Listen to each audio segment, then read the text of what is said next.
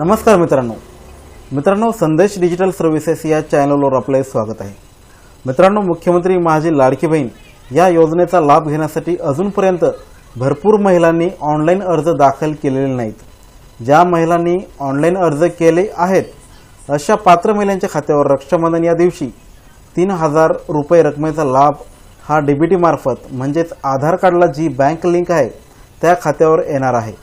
परंतु ज्या महिलांचे अजूनपर्यंत फॉर्म भरले नाहीत अशा महिलांनी लवकरात लवकर आपला फॉर्म भरून घ्यावा, कारण आता तुम्हाला तुमच्या आधार कार्डला मोबाईल लिंक नसला तरीही फॉर्म भरता येणार आहे आणि वेबसाईट पण आता व्यवस्थित चालू आहे। त्यामुळे तुम्ही आता ही संधी सोडू नका।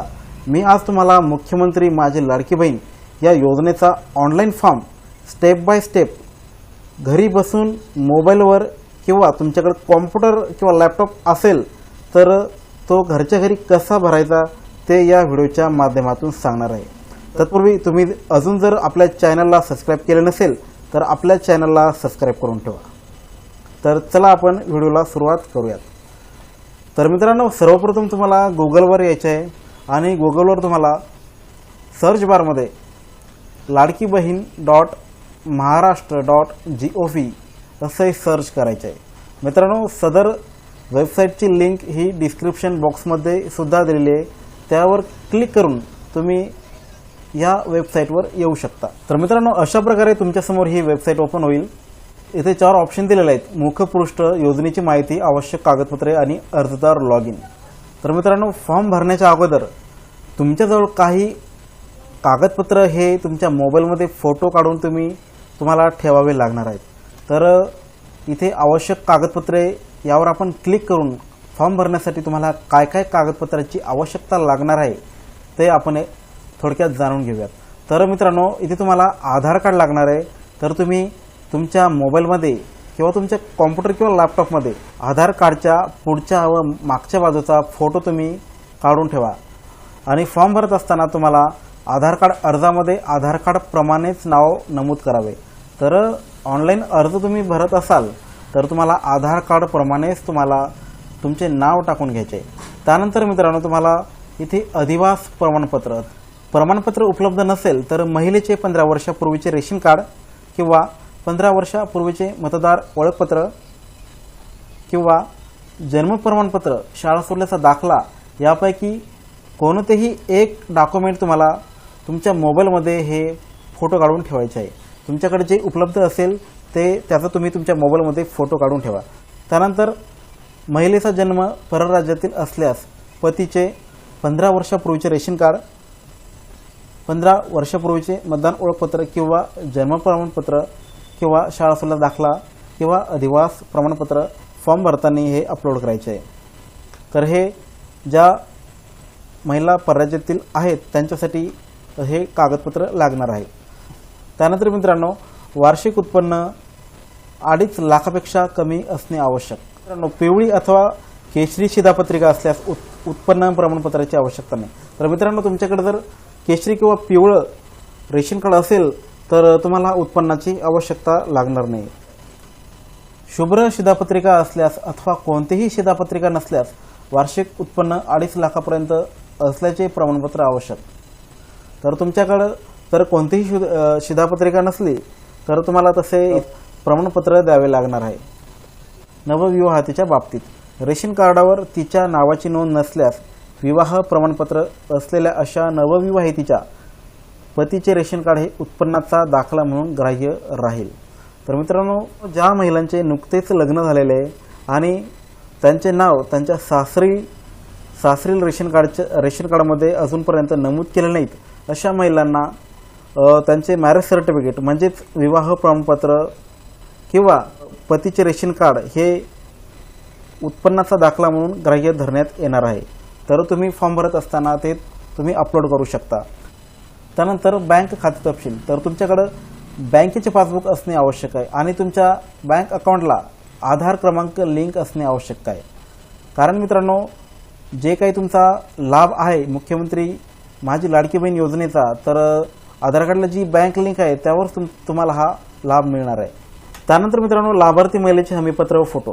तर मित्रांनो, हमीपत्र अपलोड करताना तुम्हाला हमीपत्रावरील सर्व जे बॉक्स आहेत त्यावर तुम्हाला अशी बरोबरची टिक करायची आहे. त्यानंतर तुम्हाला हमीपत्रावर सही करायची आहे, स्थळ दिनांक टाकून घ्यायचा आहे. त्यानंतरच तुम्हाला हमीपत्र हे अपलोड करायचे आहे. आणि फोटो तुम्ही तुमच्या मोबाईलमधून लाईव्ह फोटो घेऊ शकता किंवा तुमच्या मोबाईलमध्ये ऑलरेडी एखादा फोटो तुम्ही काढून ठेवला असेल तर तो फोटोसुद्धा तुम्ही सदर फॉर्ममध्ये हा अपलोड करू शकता. तर मित्रांनो, फॉर्म भरण्यासाठी तुम्हाला हे आवश्यक एवढे कागदपत्र हे लागणार आहेत. तर तुम्ही तुमच्या मोबाईलमध्ये सदर कागदपत्रांचे फोटो काढून ठेवा, जेणेकरून फॉर्म भरत असताना तुम्हाला जास्त वेळ तुमचा जाणार नाही. त्यानंतर मित्रांनो, तुम्हाला आता फॉर्म भरण्यासाठी तुम्हाला इथे अर्जदार लॉग इन या पर्यायावर आता क्लिक करायचे आहे. मित्रांनो, वेबसाईटला भरपूर प्रॉब्लेम असतो, तर तुम्ही फॉर्म हा सकाळी किंवा रात्री भरण्याचा प्रयत्न करा. तर फॉर्म भरण्यासाठी तुम्हाला इथे आता क्रिएट अकाउंट या पर्यायावर क्लिक करायचे. म्हणजे तुम्हाला इथे आता थोडक्यात तुमची इथे तुम्हाला इथे प्रोफाईल तयार करायची. तर क्रिएट अकाउंट या पर्यायावर तुम्हाला क्लिक करायचे. त्यानंतर मित्रांनो, इथे तुम्हाला आता जी काही इथे सर्व डिटेल विचारलेले हे तुम्हाला आता सर्व इथे भरून घ्यायचे. तर फुल name as per Aadhaar in English. तर तुमच्या आधार कार्डवर ज्या पद्धतीने नाव आहे तुमचं स्पेलिंग वगैरे त्याच पद्धतीने तुम्हाला आता इथे भरून घ्यायचे. तर इथे तुम्ही आधार कार्डावरचे नाव भरून घ्या, आधार कार्डावर ज्याप्रमाणे आहे तसेच. त्यानंतर खाली इथे तुम्हाला मोबाईल नंबर टाकायचा आहे. तर मोबाईल नंबर इथे तुम्हाला टाकून घ्यायचा आहे. त्यानंतर पासवर्ड, आणि वरती जो तुम्ही पासवर्ड टाकला तोच तुम्हाला आता खाली कन्फर्म पासवर्ड या ठिकाणी तोच तुम्हाला आता पासवर्ड टाकायचा आहे. त्यानंतर मित्रांनो, इथे तुम्हाला आता जिल्हा निवडायचा आहे. त्यानंतर तालुका निवडायचा आहे तुम्हाला. त्यानंतर इथे तुम्हाला व्हिलेज निवडायचं आहे. जे काही तुमचं गाव असेल ते तुम्हाला इथे निवडायचं आहे. त्यानंतर इथे मित्रांनो, म्युनिसिपल कॉर्पोरेशन काउन्सिल. तुम्ही म्युनिसिपल कॉर्पोरेशन किंवा काउन्सिल या एरियामध्ये जर येत असाल तर इथे तुम्हाला म्युनिसिपल कॉर्पोरेशन हा पर्याय तुम्हाला इथे निवडून घ्यायचा आहे. आणि जर तुम्ही म्युनिसिपल कॉर्पोरेशन किंवा काउन्सिल या एरियामध्ये येत नसाल तर इथे तुम्हाला नॉट ॲप्लिकेबल असा ऑप्शन येईल, त्यावर तुम्हाला क्लिक करायचे आहे. त्यानंतर खाली ऑथोराइज पर्सन यामध्ये भरपूर असे ऑप्शन दिलेले आहेत. General woman, cluster, resource person, anganwadi worker, ग्रामसेवक, ward officer, Setu center, municipal corporation, त्यानंतर ASHA worker, government service center, city mission manager, help desk chief, supervisor, chief worker असे हे भरपूर ऑप्शन दिलेले आहेत. तर यापैकी तुम्ही हे पर्याय तुम्ही निवडू शकता. जर तुम्ही सामान्य महिला असाल, तुम्ही घरच्या घरी तुमचा फॉर्म भरत असाल तर इथे तुम्हाला जनरल वुमन हा पर्याय निवडायचा आहे. त्यानंतर इथे तुम्हाला खाली ॲक्सेप्ट टर्म्स अँड कंडिशन या चेकबॉक्सवर क्लिक करून तुम्हाला इथे ॲक्सेप्ट करायचे आहे. त्यानंतर सर्व माहिती भरून झाल्यानंतर तुम्ही परत एकदा माहिती अचूक असल्याची खात्री करून घ्या. मोबाईल नंबर हा व्यवस्थित बघून घ्या, कारण जर तुमचा अर्ज मंजूर झाला तर याच मोबाईलवर तुम्हाला कळवण्यात येणार आहे. तर तुम्ही सर्व माहिती बरोबर असल्याची खात्री केल्यानंतर तुम्हाला आता इथे साइन अप करायचे आहे. तर साइन अप या बटनावर आता तुम्हाला क्लिक करायचे आहे. त्यानंतर मित्रांनो, तुमच्या मोबाईलवर OTP येईल. तो OTP तुम्हाला इथे टाकून घ्यायचा आहे. त्यानंतर तुम्हाला कॅप्चा बॉक्समधील कॅप्चा टाकायचा आहे आणि त्यानंतर व्हेरीफाय OTP या पर्यायावर क्लिक करायचे आहे. तर इथे थोडी प्रोसेसिंग होईल आणि आपली जी प्रोफाईल आहे ही आता इथे तयार झालेली आहे. तर त्यानंतर इथे लॉग इन सक्सेस असा मेसेज येईल तुम्हाला. तर तुमची आता इथे प्रोफाईल तयार झालेली आहे. तर परत तुम्हाला आता इथे तुम्हाला लॉग इन करायचे आहे. जो मोबाईल नंबर टाकलेला आहे तो मोबाईल नंबर इथे तुम्हाला आता टाकायचा आहे. त्यानंतर पासवर्ड टाकायचा आहे. जो तुम्ही पासवर्ड तयार केलेला आहे तोच पासवर्ड तुम्हाला इथे टाकायचा आहे. त्यानंतर तुम्हाला कॅप्चा टाकायचा आहे आणि आता लॉग इन करायचं आहे. तर इथे थोडी प्रोसेसिंग होईल आणि तुमची प्रोफाईल आता ही ओपन होईल. होमचं ऑप्शन दिलेलं आहे. त्यानंतर ॲप्लिकेशन ऑफ मुख्यमंत्री माझी लाडकी बहीण या पर्यायावर क्लिक करून तुम्ही तुमचा हा अर्ज भरू शकता. त्यानंतर इथे स्कीमचं ऑप्शन दिलेलं आहे. त्यानंतर ॲप्लिकेशन मेड अर्लियर, तुमची प्रोफाईल आणि स्कीम इन्फॉर्मेशन. तर तुम्हाला फॉर्म भरण्यासाठी तुम्हाला इथे ॲप्लिकेशन मुख्यमंत्री माझी लाडकी बहीण योजना या पर्यायावर तुम्हाला क्लिक करायचे आहे. नोंदणी अर्ज आता ओपन झालेला आहे. तर मित्रांनो, हा संपूर्ण फॉर्म तुम्हाला इंग्लिशमधूनच भरायचा आहे आणि महिलेचे आधार कार्ड प्रमाणेच तुम्हाला या ठिकाणी नाव टाकून घ्यायचे आहे. मित्रांनो, संपूर्ण फॉर्म हा न चुकता भरा, कारण फॉर्म एकदा चुकला तर एडिट हा करता येणार नाही. त्यामुळे तुम्ही फॉर्म हा न चुकता भरून घ्या. तर या ठिकाणी तुम्हाला महिलेचे आधार कार्ड प्रमाणे पूर्ण नाव इन इंग्लिश, तर तुम्हाला इथे महिलेचे नाव टाकायचे आहे, आधार कार्डनुसारच तुम्हाला इथे नाव टाकून घ्यायचे आहे। त्यानंतर वडील पतीचे नाव, तर ज्या महिलांचे लग्न झालेले असतील तर इथे त्यांना पती हा पर्याय निवडून तुम्हाला या ठिकाणी पतीचे नाव टाकायचे आहे। ज्या महिला अविवाहित आहेत त्यांना वडील हा पर्याय निवडून इथे वडिलांचे नाव टाकून घ्यायचे आहे। त्यानंतर खाली महिलेचे लग्नापूर्वीचे नाव, तर महिलेचे लग्न अगोदरचे नाव तुम्हाला या ठिकाणी टाकून घ्यायचे आहे। त्यानंतर वैवाहिक स्थिती, इथे विवाहित असाल तर विवाहित टाका, अविवाहित असाल तर अविवाहित टाका। विधवा, घटस्फोटित, निराधार, परित्यक्त्या, जी काही तुमची वैवाहिक स्थिती असेल इथे तुम्हाला निवडून घ्यायचे आहे। त्यानंतर जन्मतारीख, तर मित्रांनो जन्मतारीख टाकताना दिनांक, महिना, वर्ष या फॉर्मॅटमध्येच तुम्हाला तुमची जन्मतारीख ही टाकायची आहे। त्यानंतर आपण महाराष्ट्रात जन्माला आला आहात का, तर इथे तुम्हाला होय नाही असे 2 पर्याय दिलेले आहेत। तुमचा जन्म जर महाराष्ट्रात झाला असेल तर तुम्हाला होय या पर्यायावर तुम्हाला क्लिक करायचे आहे। त्यानंतर अर्जदाराचा सध्याचा पत्ता आणि इतर माहिती, तर अर्जदाराचा संपूर्ण पत्ता तुम्हाला या ठिकाणी टाकून घ्यायचा आहे। त्यानंतर पिनकोड, टाकायचा आहे। त्यानंतर इथे तुम्हाला जिल्हा निवडायचा आहे, त्यानंतर तालुका निवडायचा आहे, त्यानंतर गाव निवडायचे आहे। त्यानंतर महानगरपालिका, नगरपालिका, जर तुम्ही महानगरपालिका किंवा नगरपालिका या क्षेत्रात येत असाल तर तुम्हाला येथे तसे निवडून घ्यायचे आहे। त्यानंतर मतदारसंघ, जो काही तुमचा मतदारसंघ असेल इथे तुम्हाला निवडून घ्यायचा आहे। त्यानंतर मोबाईल नंबर तुम्हाला खाली टाकून घ्यायचा आहे। मोबाईल नंबर टाकल्यानंतर 2-3 वेळेस बघून घ्या, बरोबर असल्याची खात्री करा। त्यानंतर खाली शासनाच्या इतर विभागामार्फत राबविण्यात येणाऱ्या आर्थिक योजनांचा लाभ घेत आहात का, इथे होय आणि नाही असे 2 पर्याय दिलेले आहेत। जर तुम्ही योजनेचा अजूनपर्यंत लाभ घेतलेला नसेल तर इथे तुम्हाला नाही करायचे आहे। त्यानंतर अर्जदाराचे बँक खाते असलेल्या बँकेचा तपशील घ्यायचा आहे, तर बँकेचे संपूर्ण नाव, त्यानंतर बँक खातेधारकाचे नाव, त्यानंतर बँक खाते क्रमांक, बँक खाते क्रमांकाची पुष्टी करा, तर तुम्हाला इथे बँक खाते क्रमांक टाकायचा आहे। त्यानंतर परत तुम्हाला त्याची पुष्टी करायची आहे, तर तोच तुम्ही खाते नंबर या ठिकाणी तुम्हाला टाकायचा आहे। त्यानंतर IFSC कोड, जो तुमच्या बँक पासबुकवरील जो IFSC कोड आहे तो तुम्हाला न चुकता येथे IFSC कोड या रकान्यात तुम्हाला टाकून घ्यायचा आहे। त्यानंतर खाली आपले बँक खाते आधारशी जोडले आहे का, जर आपले बँक खाते जोडले नसेल तर आधारशी जोडून घ्या, तर येथे तुम्हाला तुमचे आधार कार्डला बँक खात्याची जोडली आहे का इथे होय करायचे आहे। जर जोडले नसेल तर तुम्ही बँकेत जाऊन तुमचे आधार कार्ड हे बँक खात्याशी संलग्न करून घ्या, म्हणजे जोडून घ्या। त्यानंतर येथे तुम्हाला आता माहिती भरल्यानंतर तुमचे कागदपत्र तुम्हाला इथे आता अपलोड करायचे आहे। तर सर्वप्रथम तुम्हाला आधार कार्ड अपलोड करायचे आहे, तर आधार कार्ड समोरील बाजू, तर आधार कार्डची पुढची बाजू तुम्हाला इथे अपलोड करायची आहे।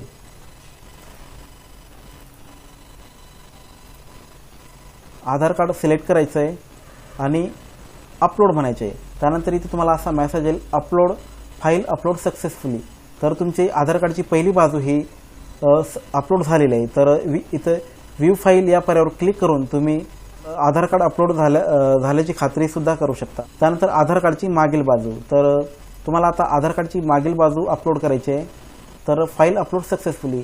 त्यानंतर अधिवास प्रमाणपत्र, जन्म प्रमाणपत्र, शाळा सोडला दाखला, 15 वर्षापूर्वीचे रेशन कार्ड, 15 वर्षापूर्वीचे मतदार ओळखपत्र यापैकी कोणतेही एक, तर तुमच्याकडे यापैकी कोणताही एक पुरावा उपलब्ध असेल तो पुरावा तुम्हाला या ठिकाणी अपलोड करायचा आहे। मी शाळा सोडल्याचा दाखला अपलोड केलेला आहे। त्यानंतर तुमच्याकडे केशरी किंवा पिवळे रेशन कार्ड आहे का, जर तुमच्याकडे पिवळं किंवा केशरी रेशन कार्ड असेल तर तुम्हाला इथे होय करायचे आहे। त्यानंतर तुम्हाला आता रेशन कार्डची पहिली बाजू आणि पाठीमागची बाजू अशा दोन्ही बाजू तुम्हाला इथे अपलोड करायचं आहे।